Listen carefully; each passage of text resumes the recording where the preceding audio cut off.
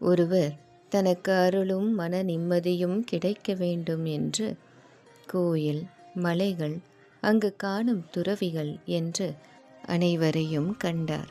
ஆனாலும் அவருக்கு மன அமைதி கிடைக்கவில்லை. ஒரு இடத்தில் அமர்ந்தார். அங்கு ஒருவர் உணவிற்கே வழியின்றி பசியில் வாடியிருப்பதை பார்த்தார். இவரும் அவருக்கு உணவை வாங்கி கொடுத்தார். உணவை பெற்ற அவர் நன்றியை கூறிவிட்டு, கோயிலுக்கு வந்தாயா என்று கேட்டார். இல்லை, நான் அருளை தேடி வந்தேன், மன நிம்மதிக்காக பயணப்படுகின்றேன் என்றார். உணவை சாப்பிட்டு முடித்த அவர், மன நிம்மதியும் அருளும் உன் குடும்பத்தில் தேடாமல் வெளியில் தேடினால் எப்படி கிடைக்கும் என்றார். புரியவில்லை என்றார் இவர்.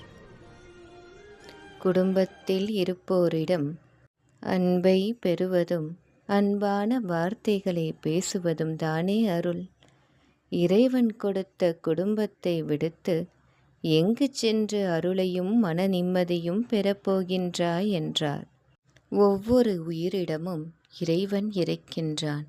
இறை உணர்வை உணர்ந்தவர்கள் உயிரின் தன்மையை உணர்வார்கள்.